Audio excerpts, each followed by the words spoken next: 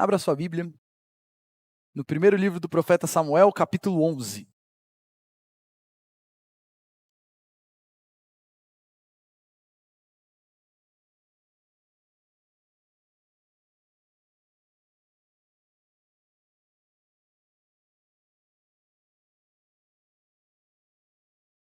Primeiro Samuel capítulo 11. Meus irmãos, nós retomamos a nossa série no livro de 1 Samuel, e a gente falou que nessa segunda temporada agora, nós iremos do capítulo 9 até o capítulo 15, que é onde trata, esse bloco do livro de Samuel, trata da trajetória do rei Saul, desde que como que ele se tornou rei, e como que ele foi rejeitado pelo Senhor. A história de Saul é uma história de uma pessoa que entrou no reinado por causa da rebeldia do povo, e a gente vai ver hoje que ele começou bem o reinado dele, mas ele termina muito mal. Então nós estamos estudando a história de Saul e vendo o que essa história que Deus deixou pra gente registrado, sob a inspiração do Espírito dele, o que Deus tem a nos ensinar por meio dessa história. E hoje então nós iremos estudar a parte do capítulo 11, que é o primeiro ato de Saul como rei. Então 1 Samuel capítulo 11, eu vou ler todo esse capítulo, não é muito longo, então vou fazer a leitura do texto e preste atenção na leitura que a gente vai entender essa história e depois explorar o que o Senhor tem para nos ensinar a partir dessa história. A palavra de Deus diz o seguinte: Então Naás, que era amonita, foi e sitiou Jabes de Gileade. E todos os homens de Jabes disseram a Naás: faça uma aliança conosco e nós o serviremos. Porém Naás, o amonita, respondeu: farei aliança com vocês sob a condição de que seja vazado o olho direito de cada um de vocês. Assim trarei vergonha sobre todo o Israel. Então os anciãos de Jabes lhes disseram: dê-nos 7 dias para enviar mensageiros por todo o território de Israel. Se não houver ninguém que nos livre, então nos entregaremos a você. Quando os mensageiros chegaram a Gibeá, onde morava Saul, relataram este caso ao povo. Então todo o povo chorou em alta voz. Eis que Saul voltava do campo, atrás dos bois, e perguntou: que tem o povo? Por que estão chorando? Então lhe contaram o que os homens de Jabes haviam relatado. Quando Saul ouviu essas palavras, o Espírito de Deus se apossou dele e ficou furioso. Ele pegou uma junta de bois, cortou-os em pedaços e os enviou a todo o território de Israel por meio de mensageiros que dissessem: assim se fará com os bois de todo aquele que não seguir Saul e Samuel. Então o temor do Senhor caiu sobre todo o povo, e saíram como se fossem um só homem. Saul contou-os em Bezeque. Dos filhos de Israel havia 300.000, e dos homens de Judá 30.000. Então disseram aos mensageiros que tinham vindo de Jabes: digam aos homens de Jabes de Gileade que amanhã, quando o sol aquentar, vocês serão socorridos. Os mensageiros foram, anunciaram isso aos homens de Jabes, e estes se alegraram. Então disseram aos amonitas: amanhã nós nos entregaremos, e vocês poderão fazer conosco o que bem quiserem. Aconteceu que, no dia seguinte, Saul dividiu o povo em 3 companhias, que pela vigília da manhã vieram para o meio do arraial e atacaram os amonitas, até que se fez sentir o calor do dia. Os sobreviventes se espalharam e não ficaram 2 deles juntos. Então o povo disse a Samuel: quem são aqueles que diziam que Saul não deveria reinar sobre nós? Tragam-nos para aqui, para que os matemos. Porém Saul disse: hoje ninguém será morto, porque no dia de hoje o Senhor salvou Israel. E Samuel disse ao povo: venham, vamos a Gilgal e renovemos ali o reino. E todo o povo partiu para Gilgal, onde proclamaram Saul seu rei diante do Senhor, e cuja presença trouxeram ofertas pacíficas. E Saul muito se alegrou ali, com todos os homens de Israel. Até aqui a leitura da palavra do nosso Deus. Eu quero começar fazendo uma pergunta para você. Você já viu alguém começando muito bem e terminando muito mal? Eu acho que todos nós já tivemos essa experiência, de ver alguém que começou muito bem em determinada coisa, desde coisas mais bobas, como assim, o rapaz começou bem lá na academia, mas depois de um tempo abandonou tudo e agora, rapaz, tá pior do que antes de entrar na academia. Desde coisas mais bobas assim, até coisas mais sérias, como por exemplo, quantas vezes a gente ouve isso? Pessoas que começaram muito bem no casamento, e de repente o casamento termina de um modo assim, vergonhoso. Quantas vezes a gente ouve falar disso? Rapaz, lembra de tal pessoa? Lembra daquele casal? Você ficou sabendo o que aconteceu? Nossa, divorciaram, a família está tudo destruída. E a gente pensa, mas como? Era um casal tão abençoado. Desde do comecinho buscaram a Deus, fizeram tudo certinho. Como que terminou assim? Quando a gente vê isso? Quantas vezes nós vemos pessoas, por exemplo, que na vida profissional começa bem, mas de repente a pessoa se perde no meio do caminho. Agora, o mais sério de tudo, quantas vezes nós vemos pessoas que começaram bem na sua vida espiritual, mas à medida que o tempo vai passando, de alguma forma, em algum momento elas se perdem. E, nos melhores casos, ela vira mais um sentado na igreja de domingo e olhe lá. E nos piores casos, a pessoa chuta o balde. Quantas histórias nós vemos assim? A pessoa que foi uma bênção quando era jovem, e à medida que vai envelhecendo, vai se tornando uma pessoa insuportável. O casal que era super envolvido, que foi uma bênção. E à medida que o tempo vai passando, daqui a pouco o malemar frequenta a igreja. Quantas pessoas nós conhecemos que começaram bem, mas terminaram muito mal. Sabe qual é a realidade, meus irmãos? Eu estava pensando sobre isso essa semana. A verdade é que é difícil demais a gente ver pessoa que termina bem. É muito difícil. A maioria das pessoas se perde no meio do caminho. Graças a Deus, às vezes a gente tem casos de pessoas que começam mal, mas terminam bem. Louvado seja Deus por isso.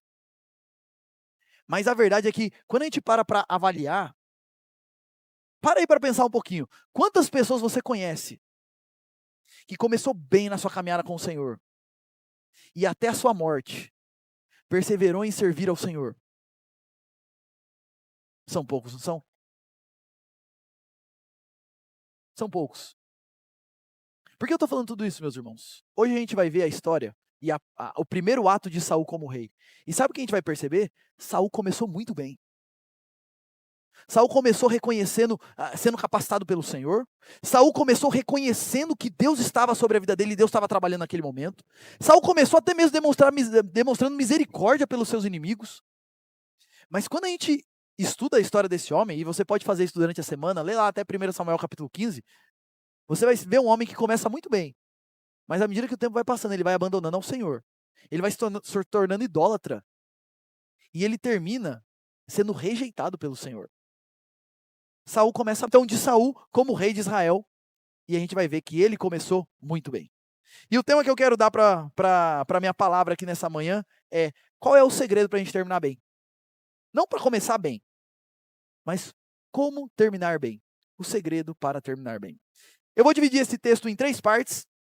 A gente vai estudar cada parte do texto e, à medida que a gente vai avançando aí, eu vou fazendo algumas aplicações e tirando alguns ensinos do texto, e é assim que a gente vai proceder nessa manhã. E a primeira parte que nós vemos esse texto está no verso 1 ao verso 3, onde o inimigo do povo de Deus está sendo apresentado e o problema está sendo apresentado que a nação estava vivendo naquele momento. O texto vai dizer que Naás, que era o rei dos Amonitas, se levanta contra o povo de Jabes de Gileade para sitiá-los e sitia esse povo, afrontando a eles então e ameaçando a eles de dominar aquela região. Os amonitas, meus irmãos, eram um povo inimigo lá do povo de Israel, e se você voltar lá em Gênesis, você vai ver que esse é um povo descendente de Ló. Lembra quando Ló fica bêbado e dorme com a sua filha e engravida a sua filha? E os amonitas são descendentes desse incesto que Ló praticou com a filha dele. Jabes de Gileade é uma região lá de Israel. E Naás, então, é o rei dos amonitas, que a gente vê isso por outros documentos históricos, que era um rei forte e impiedoso, que ele estava numa campanha de expansão, ele estava expandindo os territórios dele, e ele estava chegando lá para Israel, e ele estava aterrorizando Israel já. Então assim, Israel já estava aterrorizado com esse rei que estava se levantando, e a gente vai ver lá em 1 Samuel 12, que o povo pediu um rei a Samuel por causa de Naás. Foi assim, eles viram Naás com o seu exército avançando, e aí eles falando, daqui a pouco vai chegar na gente, arruma um rei aí pra gente, para nos defender. Então, o motivo de eles pedirem um rei é por causa de Naás, que é esse rei forte e impiedoso que está avançando com seus exércitos e conquistando território. E quando eles são sitiados, e o sítio é quando, assim, você tem uma cidade que ela é cercada, ela é murada, e aí vem o exército inimigo e cerca aquela cidade e começa a ameaçar, a gente vai tomar tudo. O povo, então, quando vê que eles estão sitiados e cercados, eles mandam a seguinte proposta para Naás, que é o rei amonita. Olha, vamos fazer o seguinte, a gente se rende a vocês. A gente deixa vocês entrarem e dominarem tudo. A gente vai pagar os impostos que vocês querem e pronto. E vocês deixam a gente em paz. Não precisa vocês entrarem aqui, quebrar tudo e matar um monte de gente. Nós nos rendemos a vocês. E assim nós estaremos debaixo do domínio de vocês. Vamos fazer assim? Naás, ele ouve essa proposta e ele traz uma réplica que talvez o povo não esperava. Porque a resposta de Naás é o seguinte: ok, eu aceito, vocês se rendem e eu não invado. Mas eu quero só mais uma condição. Nós iremos furar um olho de todos os homens de vocês. Todos os homens de vocês vão ter um olho furado por nós. Por que Naás fez isso? Basicamente, meus irmãos, 3 motivos. Primeiro, se furar os 2 olhos, eles não conseguem trabalhar. Então, fura um olho só para eles continuarem conseguindo trabalhar, para que eles possam ser escravos de Naás. Mas fura um olho só porque um exército com um olho furado, todo mundo furado, eles perdem a sua capacidade de guerra. Então, quando Naás traz essa proposta, a ideia é o seguinte: vocês vão continuar sendo nossos escravos e nós nunca mais vamos ter a preocupação de que vocês se organizem e se levantem contra nós. É uma maneira de subjugar o povo para sempre. E não só isso, mas também é uma maneira de trazer vergonha sobre todo o povo. Pensa nisso. Pensa o relato que ia surgir. Vocês lembram do povo de Israel? Foram dominados por Naás e ele invadiu lá e ainda furou o olho de todo mundo. Isso traria vergonha sobre Israel como nação diante de todos. Naás não queria só dominá-los. Naás queria dominar para sempre sobre eles e humilhá-los diante de todos. E a resposta do povo foi o seguinte: então vamos fazer o seguinte, nos dá uma semana. Se a gente não encontrar apoio, ok, a gente se rende a vocês podem furar o nosso olho e fazer o quê? E por algum motivo, que a gente não sabe direito por quê, Naás aceita a proposta. Naás fala: ok, vou dar uma semana para vocês, daqui uma semana a gente conversa. Provavelmente porque na cabeça de Naás foi o seguinte, o rei amonita: mesmo que eles se organizem, eles nunca vão vencer a gente. E é melhor não ter guerra, né? Porque toda guerra você perde um pouco, você gasta. Então assim, ok, vou dar uma semana para eles, que eles se rendem, pronto, a gente não morre ninguém, não tem o desgaste da guerra. E eles não vão conseguir mesmo. O coração dele é orgulhoso, cheio dele mesmo, confiante no exército dele, eles não vão conseguir se organizar. Deixa quieto, tá bom, eu dou uma semana para vocês. E essa é a problemática que o texto apresenta. E aqui eu quero fazer uma pausa para começar a fazer já algumas aplicações e alguns ensinos que esse texto tem para nós. O primeiro ensino, meus irmãos, é que a gente aprende nesse texto e a gente aprende no restante da Bíblia, é que o povo de Deus sempre sofreu e sempre sofrerá ataques. Nós temos aqui um rei se organizando, indo contra o povo de Deus. E quando você lê a Bíblia, você vai ver que o tempo todo isso aconteceu. Pessoas se organizando e se levantando contra o povo de Deus. E aqui a gente se lembra de Gênesis 3,15, onde Deus fez uma promessa que haveria inimizade entre o descendente da serpente e o descendente da mulher. E o descendente da mulher ali era uma referência a Cristo. E todos aqueles que estão em Cristo fazem parte dessa descendência. Porque toda a humanidade ela é dividida em 2 povos. Os descendentes da mulher, que é aqueles que estão em Cristo, e os descendentes da serpente, que estão debaixo do domínio de Satanás. E Deus já prometeu lá no Éden, vai ter inimizade entre essas 2 linhagens. E os descendentes da serpente vão sempre perseguir os descendentes da mulher. Então essa é a história da igreja. Essa é a história da humanidade. Sempre você tem os descendentes da serpente e o mundo de maneira geral se levantando contra o povo de Deus. E, meus irmãos, atualmente não é diferente. Nós vivemos em uma época onde isso continua acontecendo. E a gente poderia dizer que, atualmente, eu diria isso, nós temos principalmente 3 frentes de ataque que o inimigo tem usado e que os descendentes da serpente têm usado contra a igreja de maneira geral. Primeiro, principalmente em países e estados totalitários, você tem a questão da perseguição física. Em países onde você tem um ditador, e você tem alguém que manda, um rei, um ditador, um imperador, alguma coisa assim, normalmente esses são países onde o cristianismo é proibido. Onde ser cristão é estar debaixo de perseguição. Segundo a organização Portas Abertas, em 2019 você teve 260 milhões de cristãos sofrendo perseguição severamente no mundo. Sabe por que nesses estados você tem perseguição? Porque em estados totalitários, você tem o ditador que quer ditar como você vive e como você pensa. E quem é de Jesus não se dobra diante de imperador nenhum, ditador nenhum. Quem manda como é que eu penso é Deus. Eu sigo a Jesus, não sigo o imperador. E isso é de certa forma uma ameaça ao Estado. E em estados assim, você tem graves perseguições e fortes perseguições contra o povo de Deus. Ok, essa não é a nossa realidade, mas é a realidade de muitos irmãos nossos que estão espalhados pelo mundo.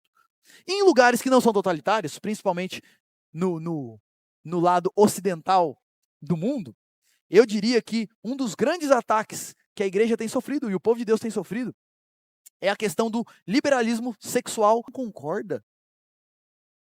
Você pode ser criminalizado por isso. E você pode, inclusive, responder processos, e é o que tem acontecido em muitos lugares.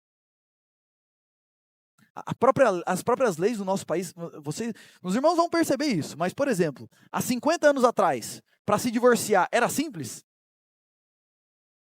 Quem é mais velho aí vai lembrar, tinha disquite. Lembra disso? Quem é mais novo nem sabe o que é isso. Hoje em dia, não. Hoje em dia, é mais fácil divorciar do que casar. Sexo depois do casamento, você é ridicularizado pela nossa cultura, se você defender isso. Meus irmãos, Naas continua ativo, atacando o povo de Deus. Se você trabalha numa grande empresa, você vai ver esse movimento dentro de grandes empresas também. Frequentemente palestras de diversidade, inclusão e blá blá blá. E sempre que fala tudo isso, respeito e etc., está falando só de uma coisa. Questões liberalismo sexual. Porque eu nunca vi nenhuma empresa fazendo uma palestra que a gente precisa respeitar os símbolos cristãos. Você não vai ver isso acontecer. Esse é o contexto que a gente vive, meus irmãos, de ataque. De vários lados. E vou ser sincero, nós vemos que isso tem derrubado igrejas inteiras. Quantas igrejas nós vemos que já se renderam a toda essa agenda? Que já aceitaram tudo isso? E eu ouso dizer que é a maioria. Talvez não entrou tudo ainda, mas boa parte de toda essa cultura sexual depravada já faz parte da cultura da maioria das igrejas. Essa é a realidade, meus irmãos, que nós vivemos. E além desse nível cultural, de liberalismo sexual nos atacando, você tem também no nível pessoal. Porque, vamos ser sinceros, se onde nós vivemos, no nosso trabalho e etc., nossa vizinhança, a gente assumir a nossa posição, muito provavelmente você vai ser zombado, você vai ser deixado de lado, em alguns contextos você vai ser até perseguido, em contexto de trabalho. Meus irmãos, essa é a realidade do mundo. Naas continua ativo, atacando a igreja. Então não viva a vida pensando que você está num parque de diversões, porque você não está. E o motivo de muitos não terminarem bem é porque estão vivendo a vida como se estivessem num parque de diversões. Desatentos a como o inimigo tem agido à nossa volta. Uma segunda coisa que a gente aprende nesse primeiro momento é que o inimigo, meus irmãos, ele quer inutilizar aqueles que são do Senhor. E ele vai usar todas as estratégias possíveis. Uma coisa que eu fiquei pensando nesse texto. Naas, ele quer furar um olho de cada um. Por quê? Porque fazendo isso, ele inutiliza o povo de Deus. Ele faz com que ele traz vergonha sobre o povo de Deus. E aí imagina o testemunho para todas as nações. Esse Deus de Israel aí é um deusinho que não faz muita coisa. Olha lá o que Deus permitiu na vida deles. E o povo fica inútil. Meus irmãos, o diabo está agindo exatamente da mesma forma na nossa vida. Uma pergunta que as pessoas às vezes fazem é o seguinte: uma vez salvo, sempre salvo, certo? O diabo não pode roubar minha salvação, então por que ele fica atacando? O que ele quer fazer? Sabe qual é a resposta para isso? Ele quer furar o seu olho. Para você ser inútil nas mãos de Deus. Para você ser um peso morto na vida.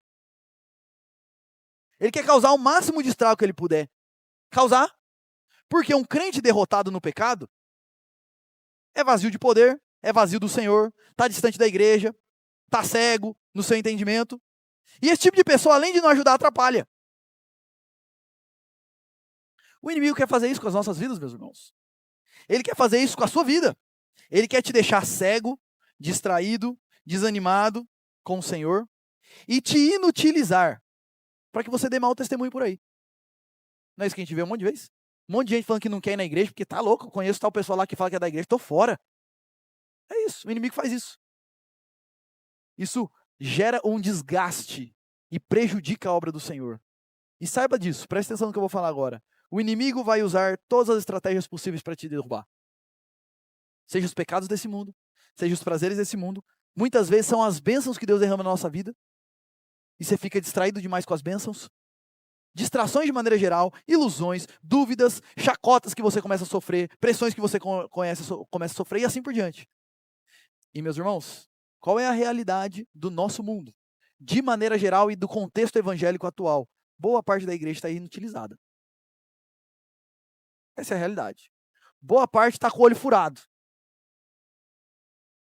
Se perdeu no meio da caminhada. E a pergunta que eu faço para você é o seguinte: o diabo já te prendeu e furou seu olho? De modo que você está inútil na caminhada com o Senhor?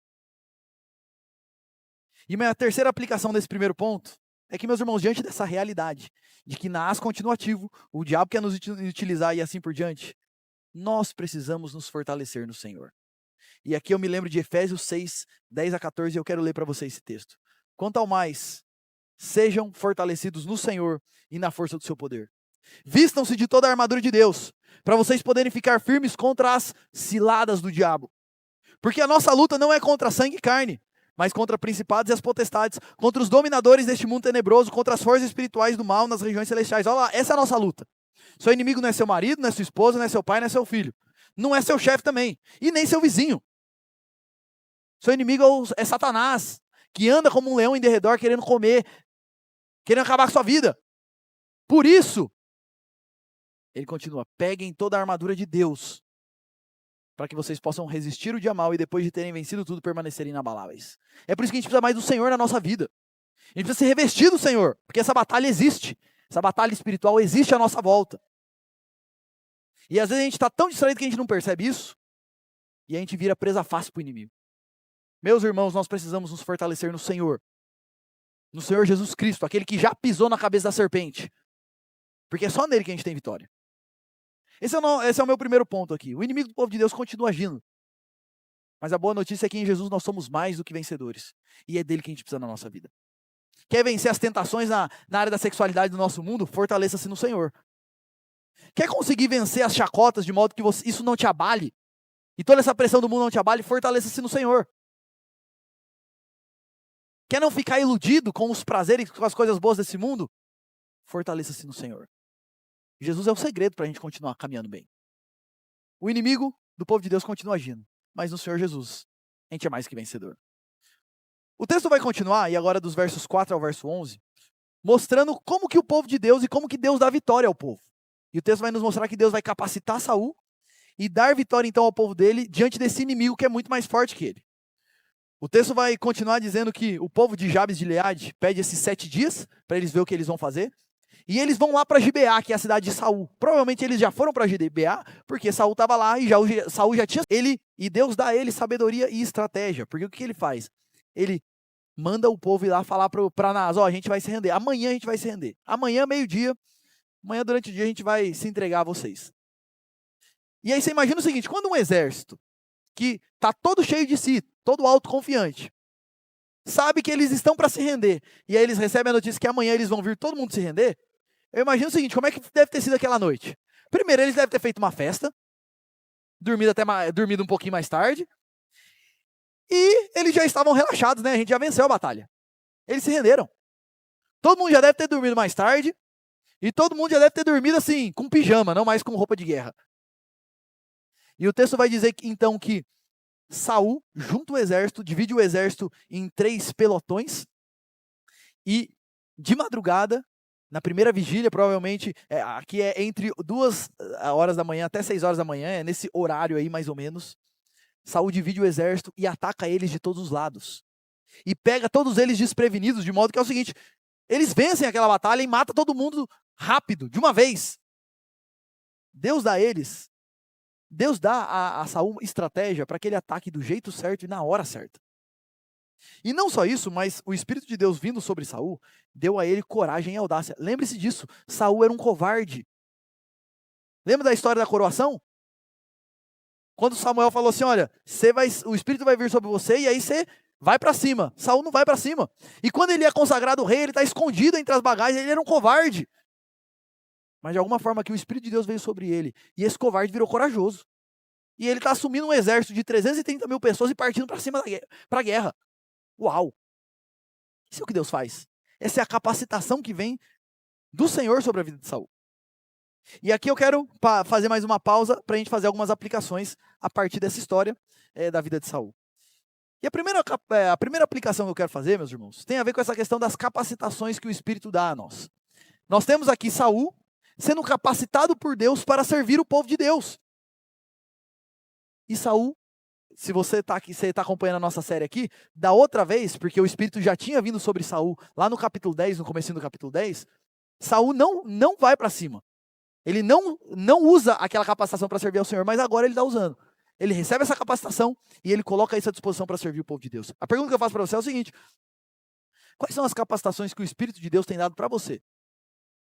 Porque o Espírito continua descendo sobre as pessoas e dando capacitações e habilidades para elas. Quais são as capacitações que o Espírito tem dado para você? E o que você tem feito com as capacitações que Deus deu para você? Eu sei aqui que ninguém vai ser capacitado por Deus para assumir um exército de 330 mil pessoas. Graças a Deus nós não vivemos na realidade de guerra no nosso país. Mas alguma capacitação Deus dá. Porque a palavra de Deus vai dizer, 1 Coríntios 12, 7, que a manifestação do Espírito é concedida a cada um, visando um fim proveitoso. Deus dá habilidades e dons para todas as pessoas. E aqui eu também lembro de 1 Pedro 3,7, que vai dizer o seguinte: sirvam uns aos outros, cada um conforme o dom que recebeu, como encarregados de administrar bem a multiforme graça de Deus. Deus nos chama a servir a Ele com as capacitações e com os dons que Ele nos tem dado. E a pergunta que eu faço para você é o seguinte: e aí? Você tem colocado isso à disposição do Senhor e do povo do Senhor?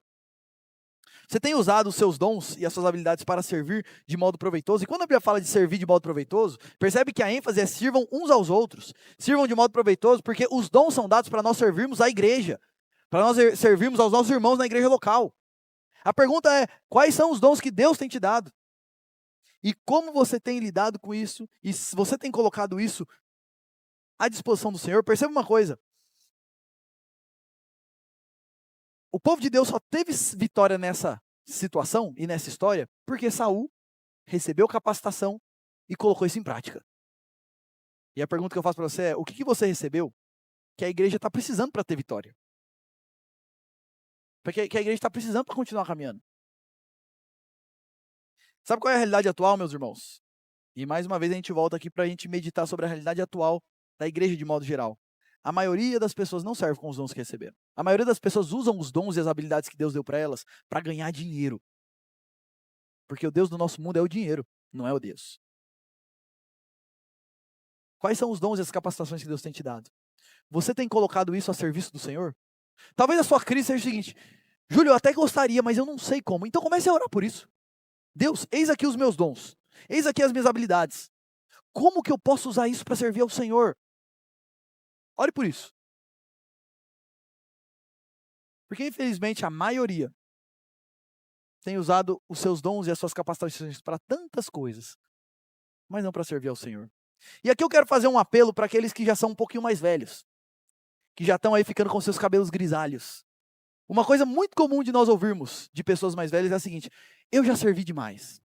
Agora eu vou dar espaço para a juventude, para os mais novos, né? Agora sim, eu já cheguei naquela fase que é o seguinte: estou só esperando Jesus me levar embora. Deixa eu te falar uma coisa. Uma vida bem vivida é uma vida de serviço até na velhice. O Senhor Jesus nos ensinou que mais bem-aventurado é dar do que receber. Salmo 90 vai dizer que o justo florescerá como a palmeira e na sua velhice dará frutos. Eu me lembro aqui de Policarpo, eu não sei se você se lembra dessa história, da história da igreja. Policarpo já estava lá perto dos seus 90 anos, e ele era um homem de Deus, e ele viveu na época da perseguição do Império Romano, e ele é preso, e os soldados então pegam ele, prendem ele, e ele se compadece porque é um velhinho já. E aquele velhinho está sendo levado para ser morto.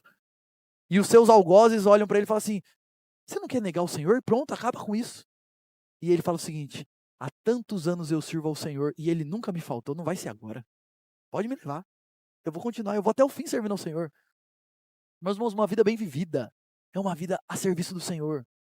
Há muitas pessoas que já fizeram tanto e foram uma bênção, mas estão vivendo do passado. Deus quer continuar te usando hoje.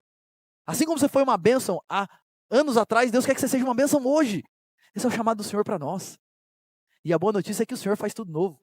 E Deus nos usa de maneiras diferentes, em épocas diferentes. O chamado do Senhor é que nós nos coloquemos diante dele e digamos: eis-me aqui, Senhor. Eis-me aqui.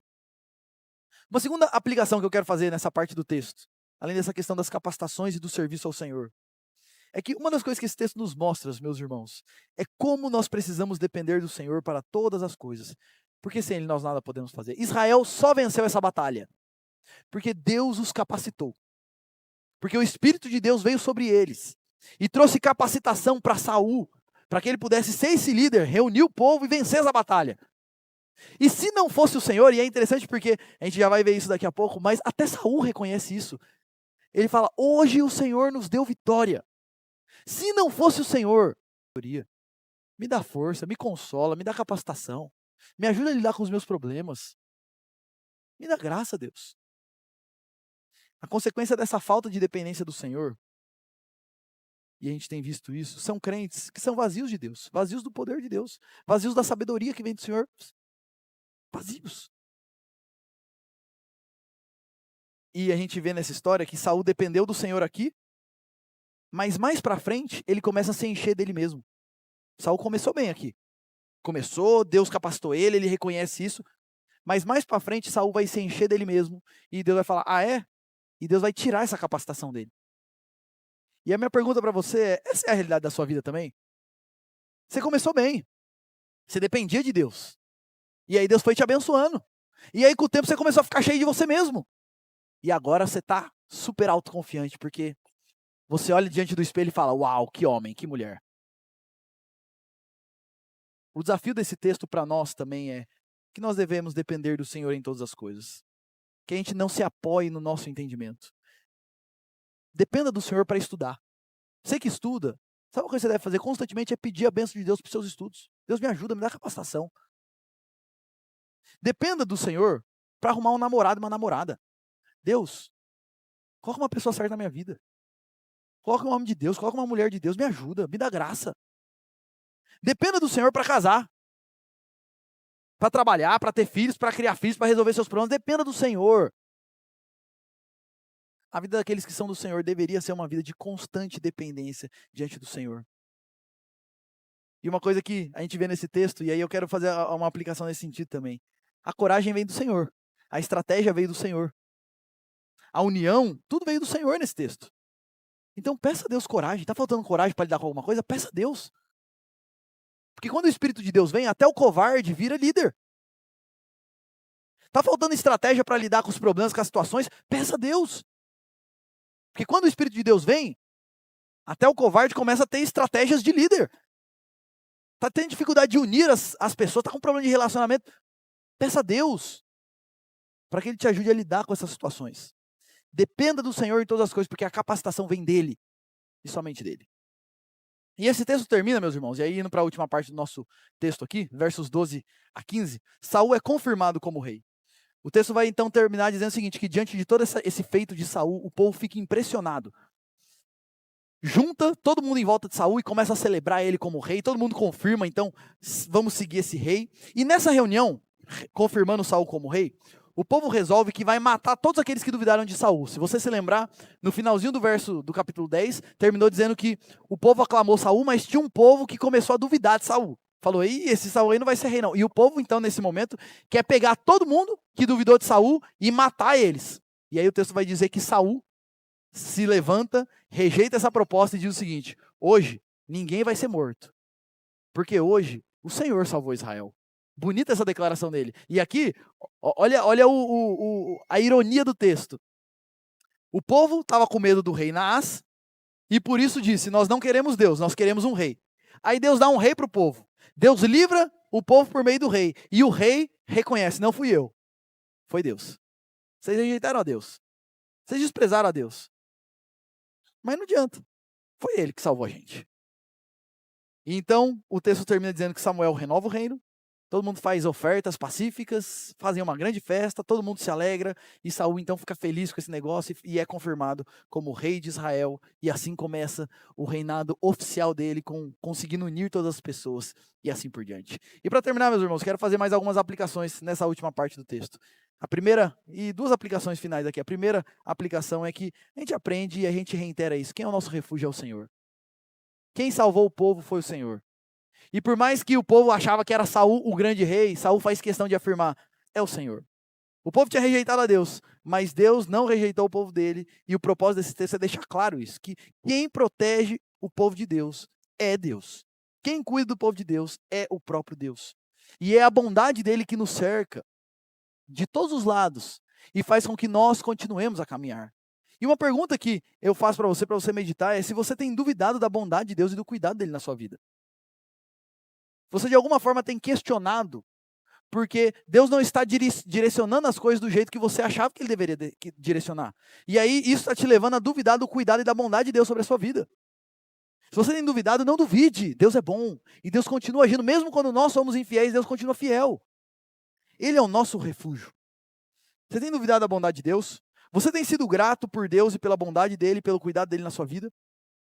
E uma última pergunta para você nessa questão de Deus é o nosso refúgio. Você tem buscado refúgio no Senhor em tempos de dificuldade? Quando o calo aperta, você se dobra diante do Senhor e vai buscar forças nele? Deus é o nosso refúgio e fortaleza. Socorro bem presente nas horas das tribulações. É nele, meus irmãos, que nós devemos buscar, porque é ele que cuida do seu povo. É ele que protege o seu povo. E mesmo quando nós somos infiéis, Deus permanece fiel e permanece cuidando do seu povo. Esse é o nosso Deus. E louvado seja ele pelo cuidado dele nas nossas vidas. E por fim, eu quero fazer uma última aplicação aqui, refletindo sobre essa questão de que, olha, Saul começou muito bem. Esse é um texto bonito de Saul começando assim, reconhecendo a Deus, sendo capacitado por Deus, fazendo coisas grandes. Saul começou muito bem, mas ele se perdeu do meio do caminho e terminou mal. Saul termina como um homem incrédulo, rebelde, idólatra. A pergunta que eu faço é: e você? E você? Talvez você tenha começado bem, mas você se vê hoje derrotado, desanimado, vivendo a vida no automático, talvez pensando em jogar a toalha, pensando em desistir da vida com Deus e das coisas que você sabe que Deus quer da sua vida. Talvez você esteja como Saul ou no caminho de Saul nessa manhã. E por que isso acontece, meus irmãos? Por vários motivos. Eu pensei só em alguns aqui, mas é muito comum isso acontecer, porque a gente começa a se distrair, por exemplo, com as bênçãos de Deus. Deus começa a abençoar as nossas vidas. E a gente começa a colocar os nossos olhos mais nas bênçãos de Deus do que no Deus que tem nos abençoado. Quantas vezes a gente conhece histórias...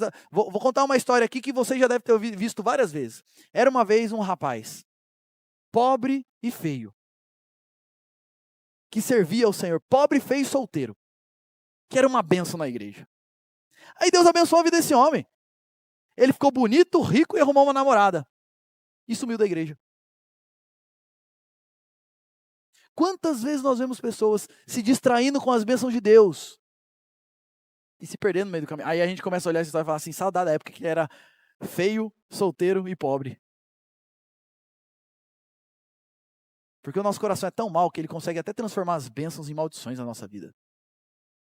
Às vezes a gente se distrai com as bênçãos de Deus. Você está distraído com alguma das bênçãos que Deus tem derramado na sua vida? Muitas vezes a gente se perde no meio do caminho porque a gente começa a se iludir com o pecado e com as propostas mentirosas do pecado, achando que uma vida longe de Deus e uma vida no pecado vai nos trazer alguma coisa de bom. E a gente começa a questionar se os caminhos de Deus são mesmo os melhores caminhos, e se o padrão de Deus é de fato o caminho da vida para mim. E a gente se perde nisso. Você tem se iludido com o pecado e com as propostas mentirosas do pecado? Muitas vezes as pessoas tropeçam no meio do caminho porque elas ficam decepcionadas com as pessoas. Isso aqui é muito comum também. A pessoa se converte, ela fala: eu comecei a me envolver com a igreja e eu percebi o seguinte: olha que absurdo, o conselho da igreja é formado por homens que são pecadores. O Espírito do Senhor está sobre mim e me ungiu para evangelizar os pobres. Enviou-me para proclamar libertação aos cativos, para trazer restauração para os cegos, para pôr em liberdade os oprimidos, para proclamar o ano aceitável do Senhor. Então Jesus se senta e diz: hoje se cumpriu isso daqui, eu sou aquele, que o Espírito do Senhor está sobre mim de maneira plena, para trazer visão para aqueles que estão cegos, para levantar aqueles que estão abatidos, para trazer libertação para aqueles que estão presos. E é por isso que, meus irmãos, Jesus é o segredo para a gente terminar bem. Independente do nosso começo, olhe para Jesus que você termina bem. Talvez você começou bem. Sabe como é que você faz para terminar bem? Olhando para Jesus. Mas talvez você começou mal. Sabe qual é o segredo para você terminar bem? Olhe para Jesus. Porque é sobre ele que está o Espírito de Deus, para trazer libertação aos cativos e vista aos cegos. E aqui eu quero ler de novo um texto que nós já lemos também na nossa liturgia.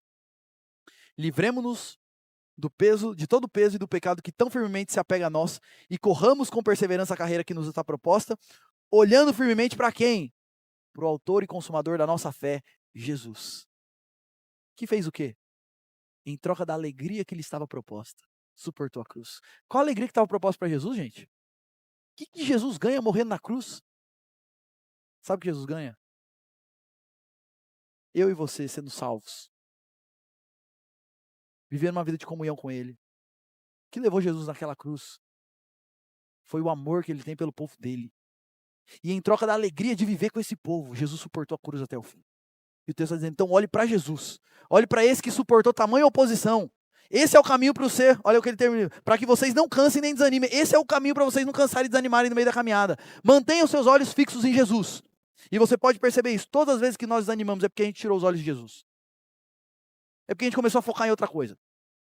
E é por isso que o chamado desse texto para mim e para você é: olhemos para Jesus. Foquemos em Jesus, coloquemos os nossos olhos em Jesus, porque Ele é o Rei. Ele é o Rei que não nos decepciona. Ele é o Rei que morreu na cruz por nós e derramou o sangue por nós. E Ele é o Rei que vai nos levar a salvo para o seu reino celestial. Você quer começar bem e terminar bem? Olhe para Jesus. Se agarre em Jesus. Viva com Jesus. E talvez você esteja aqui e já faz algum tempo que você está assim de mal a pior. Jesus está te chamando essa manhã para voltar a Ele. Talvez você olhe para a sua vida e você se sinta parecido com Saul. Jesus te chama. A boa notícia é que você pode terminar bem. A gente tem diversas histórias na Bíblia de pessoas que começaram muito mal, mas terminaram aos pés do Senhor.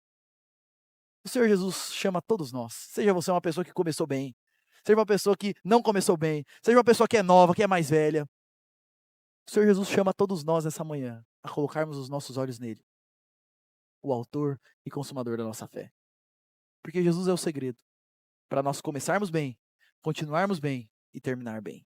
Que Deus nos abençoe, meus irmãos, e faça com que o nosso coração esteja cada vez mais focado no autor e consumador da nossa fé, Jesus Cristo. Vamos orar mais uma vez, encerrando esse culto. Senhor, obrigado porque o Senhor é o Deus que, mesmo conhecendo quem nós somos, conhecendo os nossos pecados e as nossas misérias, o Senhor foi até o fim e morreu na cruz por nós.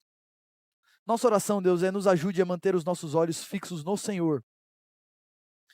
Porque o único caminho e a única forma de nós terminarmos bem de fato é se nós nos mantivermos com os olhos fitos no Senhor, o autor e consumador da nossa fé. Então, Deus, reanima a nossa fé, renova o nosso coração, nos alegre no Senhor a cada dia e nos ajude, Deus, a focarmos no Senhor e somente no Senhor. Eu oro, Deus, por aqueles que estão aqui e de alguma forma estão distraídos com as coisas boas que o Senhor tem derramado na vida deles. E estão mais focados nas bênçãos do que no Senhor. Oh Deus, traga esses de volta ao Senhor. Eu oro por aqueles que estão aqui e estão desanimados, estão caídos, por causa dos sofrimentos da vida. De fato, a vida é dura. Mas ajude essas pessoas, Deus, a encontrar esperança no Senhor, a encontrar forças no Senhor, a encontrar esperança na vida eterna que há no Senhor e na promessa de que um dia a gente vai viver num mundo perfeito. Oh Deus, opere tudo isso em nós e nos levante, para que nós continuemos correndo a corrida que nos está proposta com os nossos olhos fitos em Jesus. Eu oro por aqueles que estão aqui caídos por causa de pecados, que se veem presos em pecados. Oh Deus, a minha oração é que o Senhor os liberte, o Senhor coloque arrependimento no coração e traga libertação, Deus. E que toda a nossa igreja, Deus, essa é a nossa oração, que a nossa igreja esteja caminhando com os olhos fitos no Senhor e somente no Senhor. E obrigado pela promessa que nós temos que, Deus, mesmo quando nós falhamos, o Senhor é um Deus que não falha e cuida de nós para todo sempre. Continue a operar em nossas vidas e em nossa igreja. E obrigado por esse tempo que nós podemos ter aqui de manhã, meditando e refletindo na palavra do Senhor. Essa é a nossa oração, Senhor, no nome de Jesus, o nosso Senhor e Salvador. Amém e amém. E agora, meus queridos irmãos, que a graça maravilhosa do nosso Senhor Jesus Cristo, o amor transformador e consolador do Deus Pai, e o conforto, a capacitação, a transformação do Santo Espírito, seja sobre todos nós e sobre toda a igreja de Cristo, hoje e sempre. Amém e amém. Deus abençoe a sua vida, uma boa semana e que seja uma semana caminhando com o nosso amado Senhor Jesus.